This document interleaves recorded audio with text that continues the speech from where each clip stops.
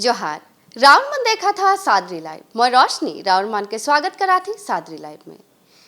ए मुहूर्त में खास खबर हमने के बीच आए पहुंच है। विश्वनाथ के उत्तरांचल में एखन कनो उग्रवादी के डर नहीं रही। इलाका में एखन सिर्फ तरक्की होगी। उत्तरांचल में विकास की यात्रा जारी रखते हुए विधायक पल्लव लोचन दास कईयोटा पक्का पुल और आधारशिला के उद्घाटन करेगा। एक समय में विश्वनाथ विधानसभा समष्टि के उत्तरांचल में उग्रवादी के डर रहे। रात कर बात तो अलग, दिन के उजाला में भी उस जगह में जाए के लिए आदमी मन हिम्मत नहीं करात रहे। सन 1909 में इलाका में NDFB नरसंहार चलाए रहे। उस समय में विश्वनाथ उत्तरांचल में कोनो विकास नहीं हुई रहे। रास्ता घाट के हालात बहुत खराब रहे और यातायात के भी कोनो सुविधा नहीं रहे। किंतु एखन इलाका में शुरू होला तरक्की। उत्तरांचल के विकास के यात्रा जारी रखते हुए विश्वनाथ विधानसभा के विधायक पल्लव लोचन दास कईयोटा पक्का पुल और आधारशिला उद्घाटन करेना। असम सरकार के ARRBP के योजना के तहत भीमाजुली से श्याम बस्ती संयोगी रास्ता के पक्का पुल और धूली विजयपुर दिरिंग संयोगी रास्ता के पक्का पुल उद्घाटन कार्य के संगे नाहरनी से थेराईबाड़ी संयोगी रास्ता और कार्बी ब्लॉक इको कैंप से जयपुर संयोगी रास्ता बने लगे 3 गो नया पक्का पुल के आधारशिला स्थापन करेना विधायक पल्लव लोचन दास।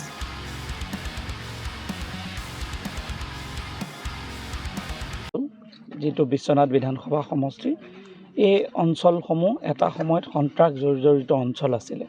ইয়াত মানুহে ৰাতি নিশা কটাব পৰা নাছিলে। বহুত ভয় আৰু সন্ত্ৰাসৰে জীৱন নিৰ্বাহ কৰিবলগীয়া হৈছিলে। আৰু এই অঞ্চলত ভীমাজুলিৰ হত্যাকাণ্ডৰ দৰে ঘটনাই প্ৰতিজন মানুহৰ স্মৃতিত সেয়া এতিয়াও সজীৱ হৈ আছে। কেনেকুৱা এটা পৰিৱেশ আৰু পৰিস্থিতি। কিন্তু বৰ্তমান এই অঞ্চলত এক নতুন পৰিৱেশ, এক উন্নয়নৰ নতুন ধাৰা। ভাৰতৰ প্ৰধানমন্ত্ৰী নৰেন্দ্ৰ মোদী ডাঙৰীয়াই নেতৃত্ব লোৱাৰ দিনৰ পৰাই আমাৰ এই উত্তৰ অঞ্চলত সন্ত্ৰাসবাদৰ বিৰুদ্ধে তেওঁ যি পদক্ষেপ ল'লে তাৰ বাবে আজি এই অঞ্চলে শান্তিৰ পৰিৱেশ বিৰাজমান হৈছে।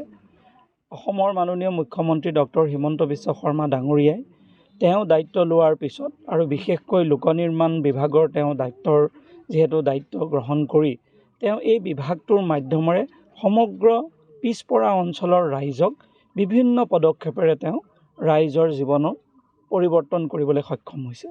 আমি এই শ্যামবস্তি ভীমাজুলি আমি যদি এই অঞ্চল নাহৰণি এই সমগ্ৰ অঞ্চলসমূহ যদি চাওঁ, এই অতিকৈ পিছপৰা অঞ্চল আছিলে। বাট পথ নাছিলে, দলং নাছিলে।